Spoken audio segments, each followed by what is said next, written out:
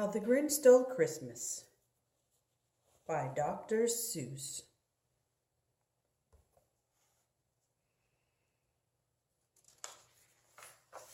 How the Grinch Stole Christmas. How the Grinch Stole Christmas. For Teddy Owens. Every Who down in Whoville liked Christmas a lot. But the Grinch, who lived just north of Whoville, did not. The Grinch hated Christmas, the whole Christmas season. Now, please don't ask why.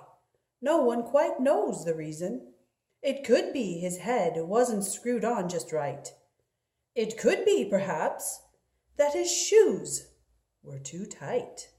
But I think that the most likely reason of all may have been that his heart was 2 sizes too small.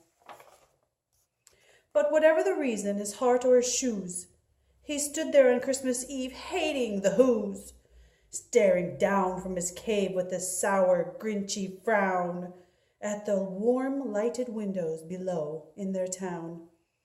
For he knew every Who down in Whoville beneath was busy now hanging a mistletoe wreath. And they're hanging their stockings, he snarled with a sneer. Tomorrow is Christmas. It's practically here. And then he growled, and his Grinch fingers nervously drumming, I must find some way to stop Christmas from coming.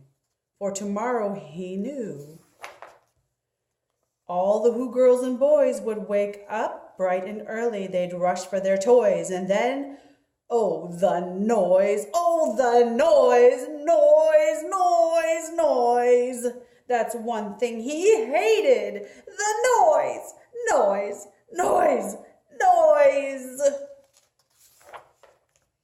Then the Whos, young and old, would sit down to a feast, and they'd feast, and they'd feast, and they'd feast.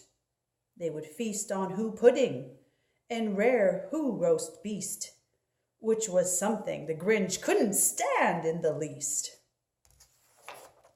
And then they'd do something he liked least of all. Every Who down in Whoville, the tall and the small, would stand close together with Christmas bells ringing. They'd stand hand in hand, and the Whos would start singing, and they'd sing, and they'd sing, and they'd sing. And the more Grinch thought of this Who Christmas sing, the more the Grinch thought, I must stop this whole thing. Why, for 53 years I've put up with it now. I must stop this Christmas from coming. But how? Then he got an idea. An awful idea.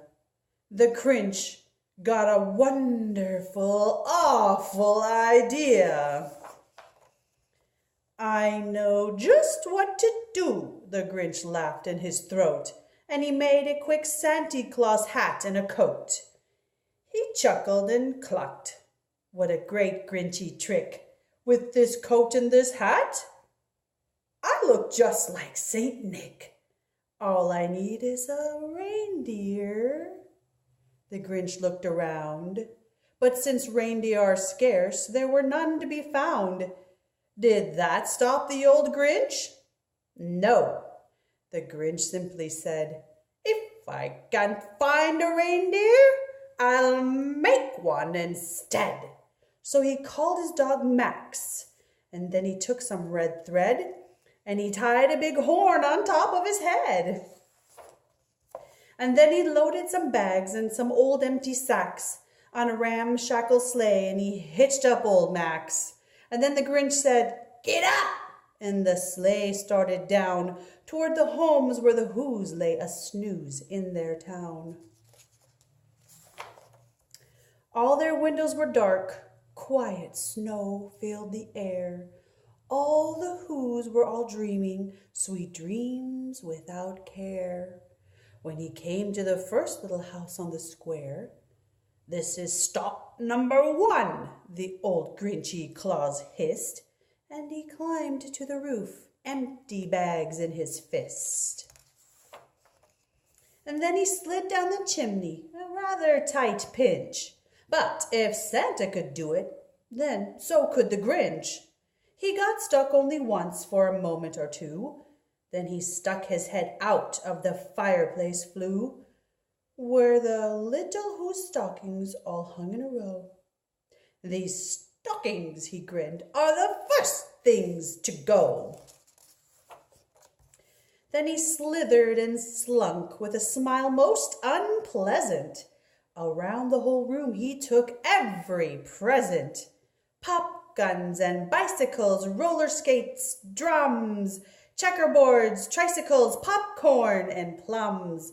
And he stuffed them in bags. Then the Grinch very nimbly stuffed all the bags one by one up the chimbley. And then he slunk to the icebox. He took the Who's feast. He took the Who pudding. He took the roast beast. He cleaned out that icebox as quick as a flash. Why, that Grinch even took their last can of Who hash. Then he stuffed all the food up the chimney with glee. "And now," grinned the Grinch, "I will stuff up the tree." And the Grinch grabbed the tree and he started to shove, when he heard a small sound like the coo of a dove. He turned around fast and he saw a small Who, Cindy Lou Who was no more than 2. The Grinch had been caught by this tiny Who daughter, who'd got out of bed for a cup of cold water. She stared at the Grinch and said, "Santa Claus, why?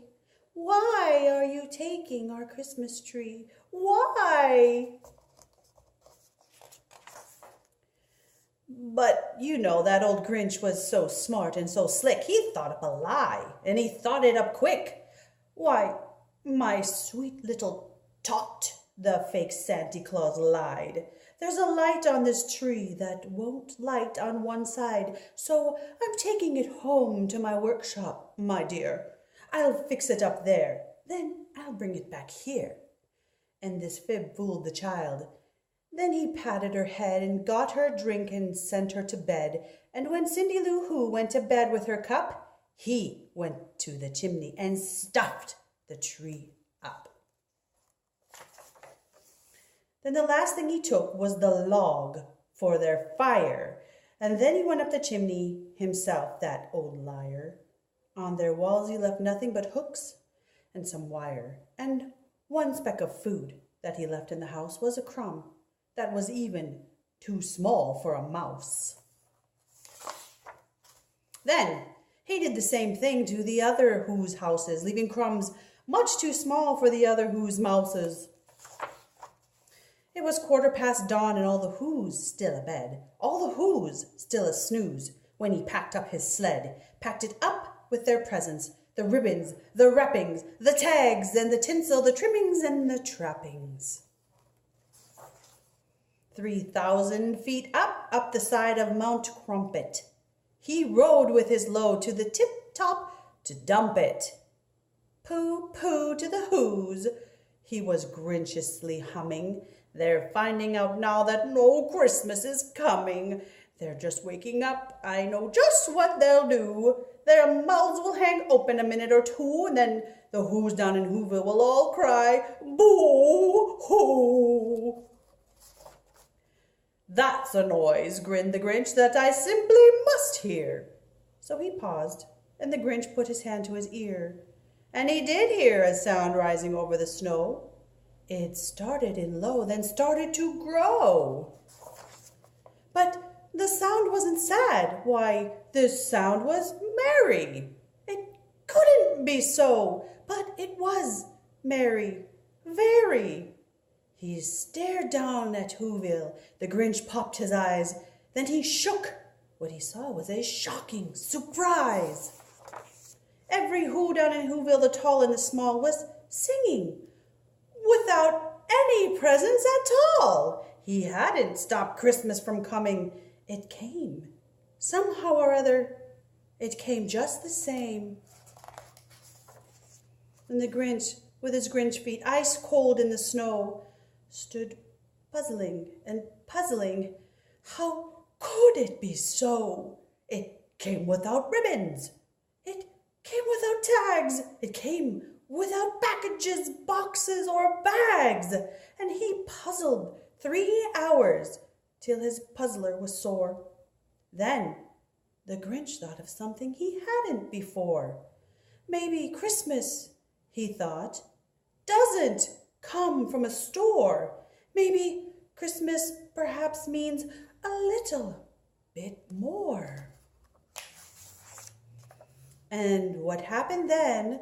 Well, in Whoville they say that the Grinch's small heart grew 3 sizes that day, and the minute his heart didn't feel quite so tight, he whizzed with his load through the bright morning light, and he brought back the toys and the food for their feast, and he himself, the Grinch, carved the roast beast.